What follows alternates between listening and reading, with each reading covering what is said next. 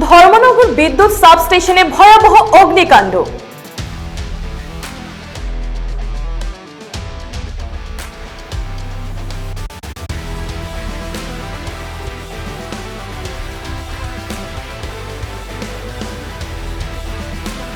রবিবার সকালে এক ভয়াবহ অগ্নিকাণ্ডের ঘটনা ঘটে গেল উত্তর ত্রিপুরার ধর্মনগর মিশন টিলাস্থিত বিদ্যুৎ সাবস্টেশনে। এতে আতঙ্ক ছড়ায় বৃহত্তর এলাকা জুড়ে। পরে স্থানীয় বিধায়ক যাদবলাল নাথের তৎপরতায় দ্রুত পরিস্থিতি সামলাতে মাঠে নামে ধর্মনগর ফায়ার সার্ভিস। তাদের প্রচেষ্টায় আগুন নিয়ন্ত্রণে আসে। জানা গেছে, সাবস্টেশনে সিটি বক্স থেকে আগুনের সূত্রপাত হয়। সিটি বক্স ফেটে ভেতরের তেল আশপাশ এলাকায় ছড়িয়ে পড়লে আগুনের প্রকোপ বাড়ে। এতে ক্ষতিগ্রস্ত হয় অন্যান্য দামি যন্ত্রাংশ।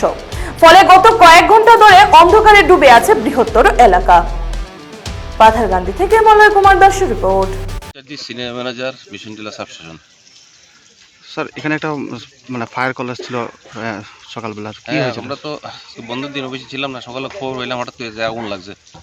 আসার পর দেখলাম যে এখানে সিটি বাস্ট হয়েছে। সিটি বাস্টে খুব সহজ দেখি ইনভেস্টিগেশন এখনো করতেছি আমরা। মনে হচ্ছে সিটি বাস্টে তেলটা ছিটকে পড়ে গেছে চারিদিকে।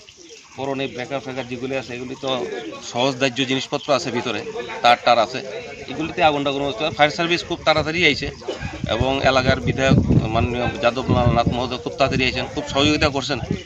এখন দেখতেছি আমরা এই সেটটা কাটটা বাকি শর্টটা চালু করার চেষ্টা করছি। তারপরে ধীরে ধীরে বাইক করুন কী সমস্যা হয়েছিল। তো আমরা ক্ষয়ক্ষতি কেমন হয়েছে স্যার? ক্ষয়ক্ষতিটা এই মুহূর্তে করা যায় না, কী জ্বলছে মাত্র তো ঢুকছি আমরা 10 মিনিট হয়েছে। পুরো আগে তেলটা বন্ধ করতে লাগবে, তারপরে দীক্ষা, তারপর হিসাব করে বোঝা লাগবে। তো শহরের লাইন মোটামুটি কটা অবধি? শহরের লাইন চালু হয়ে যাবো কিছুক্ষণের মধ্যে।